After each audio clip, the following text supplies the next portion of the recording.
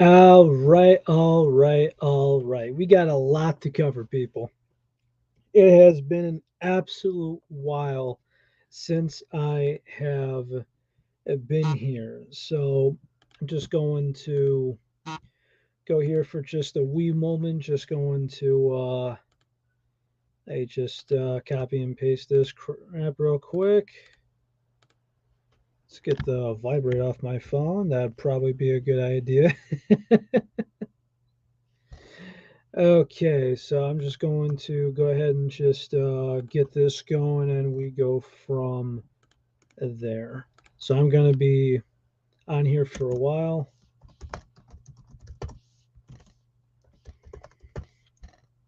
just posting this, and we go from there. So I have broken my silence, everybody. I have gone in here and it's been really tough.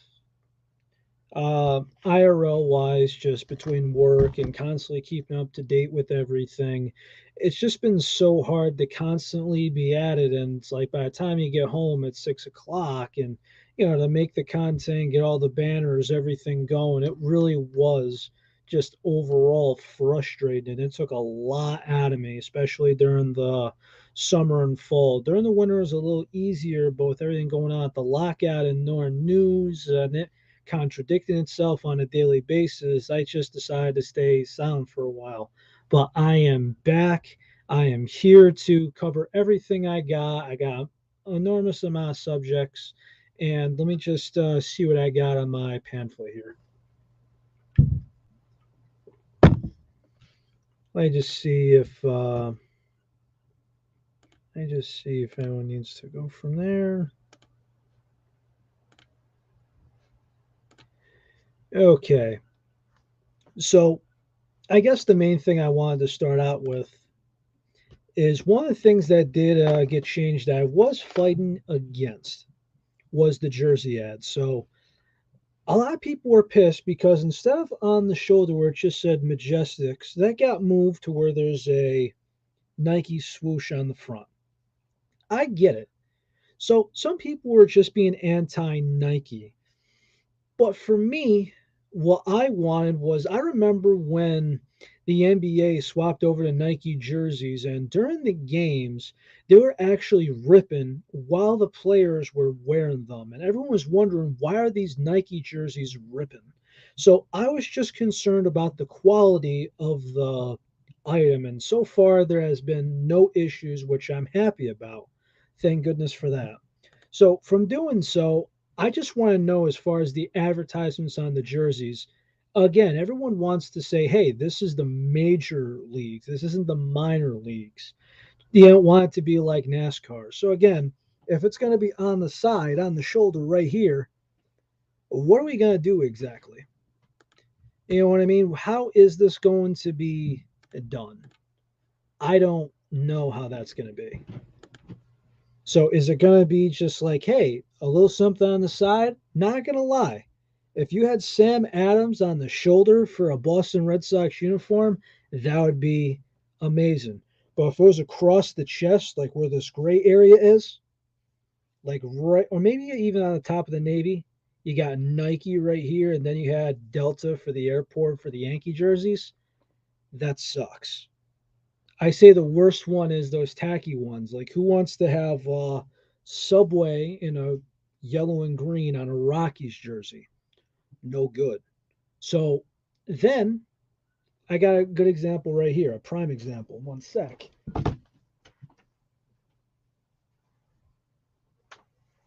If you take this jersey here, another big one that we wanted to think about before is this right here is an Indiana Pacers jersey, different sport, but guess what? This right here is the advertising on it. So, do people, right? Some people say, I don't want the name on the back of my Yankee jersey. Some people do, some people don't. How many people want the advertising on here? This right here is Motorola for the Indiana Pacers. Do you want the Motorola on your jersey? Some people don't care. I imagine some people would to make it look authentic as the players on the court, but some won't. Is it fair to say?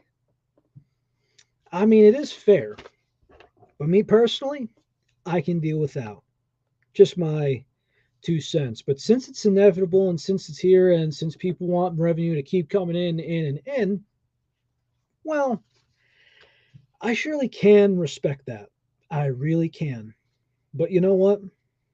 I just want to know more. Is it going to be like the NBA where it's going to be, hey, here's the Nike and here's the other one? Is it going to be on the sleeve like the Majestics, or are we just going out more? That's what I want to know. Also, guys, anyone watching this, any comments, just go down below and I'll get to you as soon as I can. So, one of the things I was going through with MLB, move on to the next topic, was the pitch clock. And I know that some guys take 15 seconds, some people take, 60 seconds. Do I think it's great? No, absolutely not. And yes, Bear of Texas, my good man, screw Rob Manfred. I will get to him in a moment as I'm speaking about the pitch clock. That was his number one main priorities. So if we're going to do that, right, the pitch clock, I don't want to be like, hey man, with the pitch clock going into effect, you can't throw the curveball right. Hey, if he wasn't throwing his curveball in the pitch clock, if he went to his curve instead of the fastball, there wouldn't be that 3-run home run. The what ifs in baseball are going to get worse. I'm not a fan of it, but if you're going to say 15 seconds, please give me 30. I think 30 is fair. Just my 2 cents. But if we're constantly going to be like, oh, well, look at the NBA, look at the pace of the game. Well, I got news for you. Since Unhappy Gilmore likes to talk about golf so much, how come we keep comparing baseball to basketball, but how come golf is left alone? Have you ever noticed that? Anyone? Okay. Only 3 practice swings. Only 60 seconds to read the green. Okay, let's play golf. What's going to happen if you implement them? You're going to have a guy that's a membership there being like, I pay here to do the rules. Ga. Hey, we already play strict rules of golf. Oh, yeah, strict rules of golf. You know, 3 minutes to find the ball, all these stroke penalties, XYZ. Yeah, no. Is that going to fly? Hell no. But moving on to something more exciting, just to do that in the middle of the broadcast, just checking off on things. So within the next 5 years, they want to go to the following: Mexico, Asia, Puerto Rico, Dominican Republic, London again, and Paris. So here comes my next thing, and this is why I need to resume about. So the Field of Dreams, I was a big fan of, and I was a fan of the London series. But question: listen, the vaccination status with Canada, with players going to Toronto and players that aren't vaccinated aren't going to Toronto to play. That's going to be a big hole in the things. But again, I try to limit the politics. So the same thing's going to happen to the London series, as you can imagine. But I really just want to know, when are I think it was the Cubs and the Cardinals, when are they going to finally play their London series? Because I know London postponed it. I remember they got the red brick from Jersey, they put it in a storage unit. But I want to know when that London series is going to kick off again. Because this is just me. I see this on the list: Mexico, doable; Puerto Rico, doable; Dominican Republic, doable. I mean, all of it involves a plane. I get that. We've done it in London before. We've had a series in Japan. We've had a series opening in Sydney, Australia. Paris, I think, is doable. I think that'll be romantic and to expand the game. But yes, there is going to be some qualifications for this to get involved. I'm excited. I want to know what teams are going to do this. I want to know what time it's going to be. I want to see these games. I don't care if I got to record it or not. I want to see these games. Especially, I mean, it's a regular season game, but we'll keep going from there. Going into the next topic, the playoffs. So I know the wild card thing was fairly new to the game. I get that. As far as the playoffs, I'm glad they went to 6 instead of 8. I understand with the COVID year, they decided to open it up like it's basketball, but I'm not for it. This isn't basketball where 2/3 of the team are going to make it. Is that supposed to be you're the best? Or you're in competition of being the best? Not to me. As far as the playoffs, the I am concerned about the bye week teams getting cold because some teams do get cold in baseball. But with the wild card games, I understand why it's a 3 game series, but some of the wild card games in recent memory have been some of the most wild to watch. The Yankees versus the Twins when Severino got pulled in the first inning. The A's versus the Royals when the Royals went to go to the World Series and they lost in Game 7 to the Giants and they won it all next year. Some of those wild card games are absolutely epic. I think the Cubs and the Brewers that 1 year, not too long ago, just amazing stuff. But I'm happy the way it is. And also, if we're going to go by end results, this was a failed experiment, and the asshole, the absolutely worst man in sports, Rob Manfred, admitted he was wrong by trying to make the double headers. Well, this one I was okay with actually, but the double headers are going back to 9 innings. Why? Because statistically, with all the records being pushed back, complete game statistics, XYZ, it was kind of messing things up. However, if it's in August, you're trying, let's say August, September, because September, you got some teams playing 20 games in a row. That's tough. If you're going to save some of your pitchers, particularly your starters, and it's not that 40-man roster in September anymore. It's just it's going to be 28, I believe, or I think it might be 29. I think 3 extra players in total. Most likely, it's going to be an extra catcher and 2 extra pitchers. That's usually it. And in doing so, I kind of like the double headers being 7 innings because it just gave the pitching a break. But for record setting and people paying their tickets, I understand. But the ghost runner at second base to start off the inning, I was not big on that. And not only that, but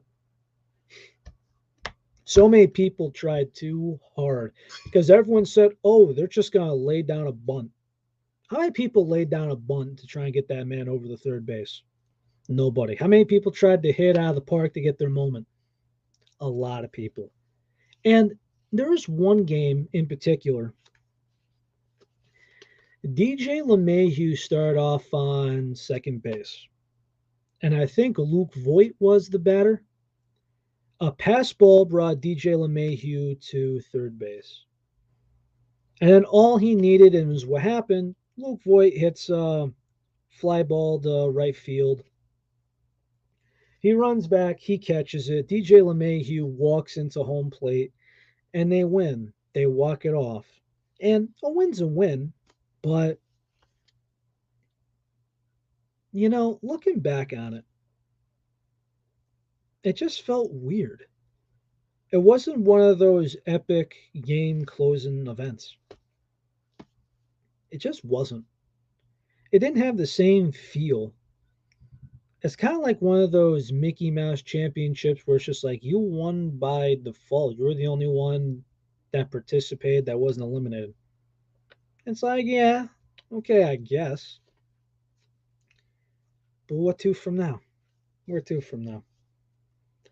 I don't know. Just how it goes. So, I guess we head back. Uh, let's see what else do we have here. So spring train is going to be beginning soon. It's going to start tomorrow. Today is the 12th. It'll start on the 13th. Let's see. Spring train games are essentially start on the 18th of the week. Opening day is supposed to be April 7th. Pushed back due to the labor negotiations.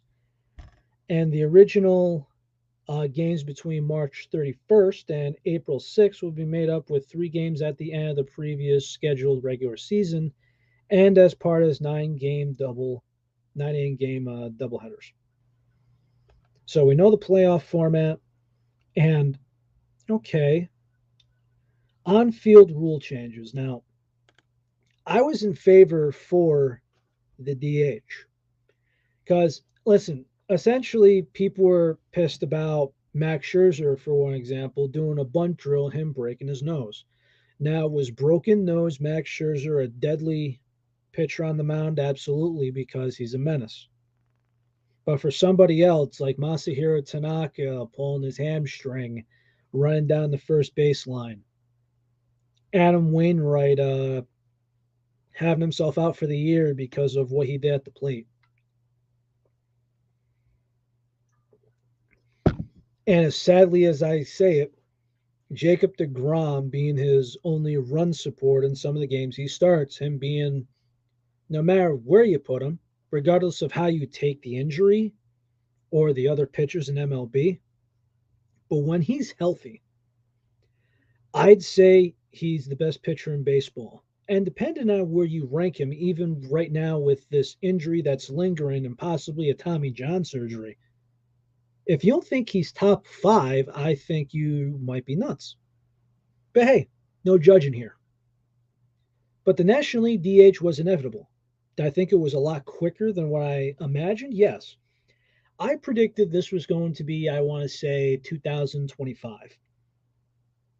But with many people in demand of it happening for the last, I want to say, 5 years, I think that part was inevitable.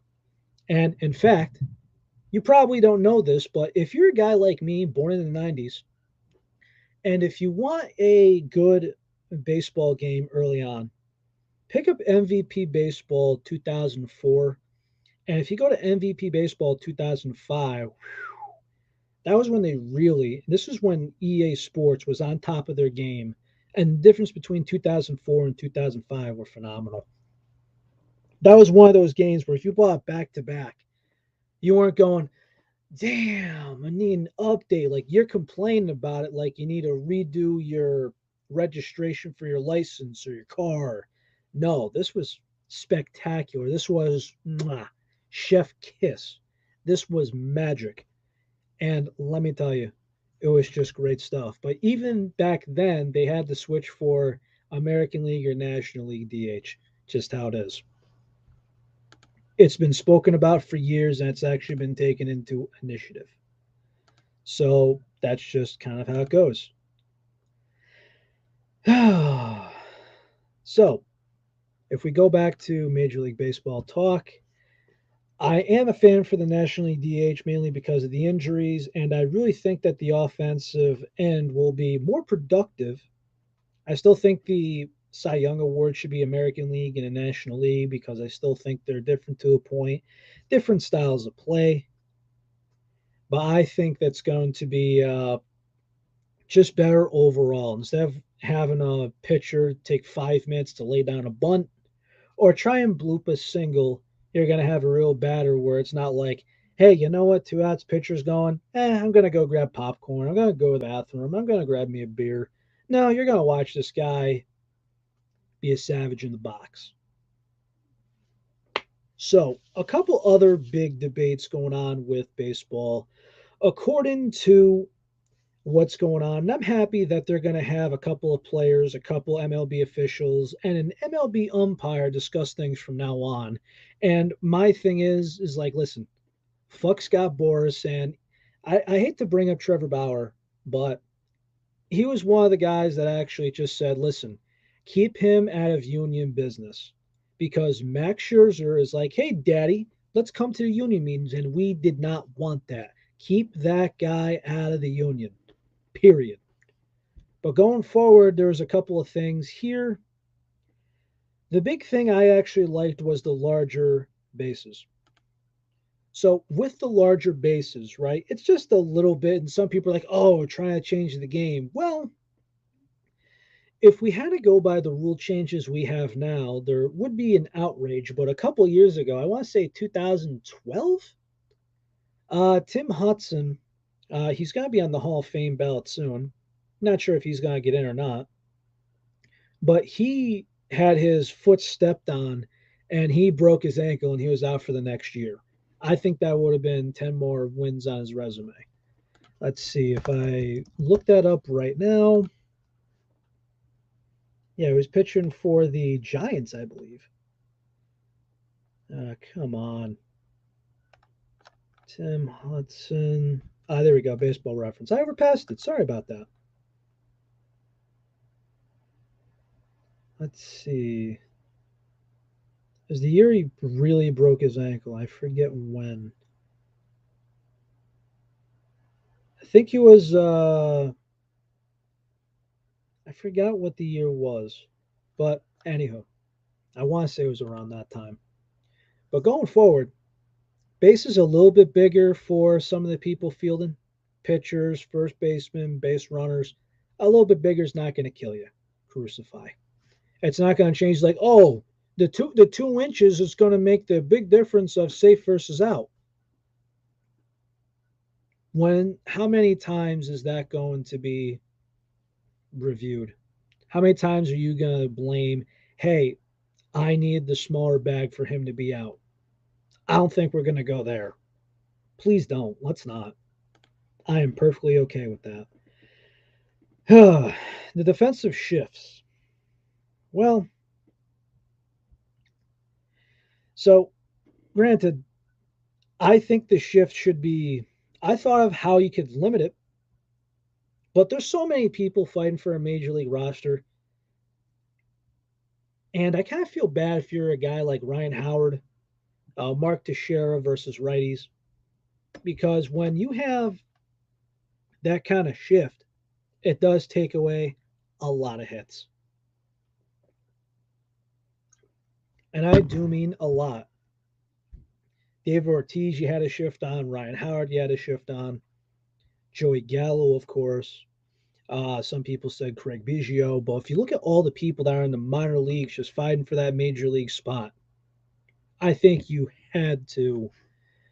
I think you got to be okay with it because one guy will easily take his spot in line. I'm sorry. That's just me. I understand the pros and cons, but that is just me. But I'm not a fan of the robot umpires. I've seen it statistically, and I think some guys are still going to get hosed. Let's see.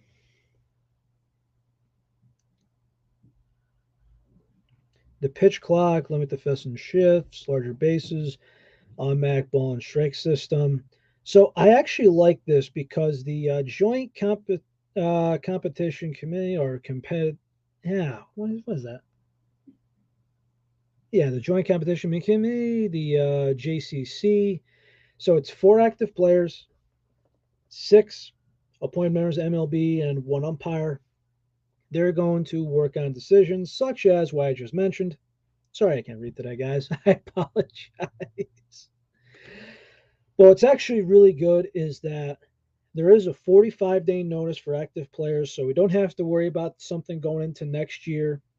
Because if you remember the Sticky Gate scandal that just happened upon this year, it's like, hey, we're going to give it some time. What do we do here? If something happens in May, we don't have to worry about next season. We can just fix it up. And a month and a half to adjust, I think it's okay because everyone will have to adjust. So 45 days of those guys trying to get everything to adjust after it is approved. Free agency and trades are still going on. Carlos Rodon got signed. There's a lot of good names out there. Anthony Rizzo, Nelson Cruz is not retired. And then, of course, Correa, Bryant, Story, Freeman, Castellanos, the Schwarb. And the X factor of I have no idea what he is, Michael Conforto. There's no Rule 5 draft arbitration still in the works. And next year, the CBA, the minimum wage is going to be 780 grand, which is important to me simply because, and I've seen it before. Let's say you're a relief pitcher. You get called up to the major leagues. Okay. The guy gets back after injury. Okay, you're sent back down. Or, hey, you're up for that 1 year. Then you have an arm injury, and then you never get called back up again. At least you get that money to actually, put it in a bank and move on for the rest of your life if you never get called back up again. Because there's some of these guys in the show, listen, they're saying they're these people that are ungrateful. But damn it, man, people don't know how this works. When you're in the minor leagues, it doesn't matter if you're AAA, AA, whatever. These guys aren't getting paid the spoiled millions like you think they are. There's a lot of guys that didn't have that signing bonus money, and they're living on an air mattress underneath the dining room table, eating PB&Js and protein supplements donated that from a sponsorship. That's how it goes, man. It's just how it is.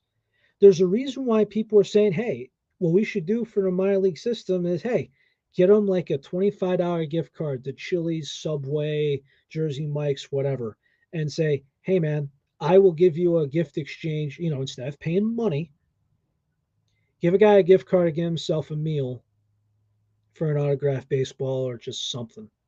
As in, like, hey, man, you want my autographed bat? It's like, hey, dude, here's a $50 gift card to here, a $100 gift card to there.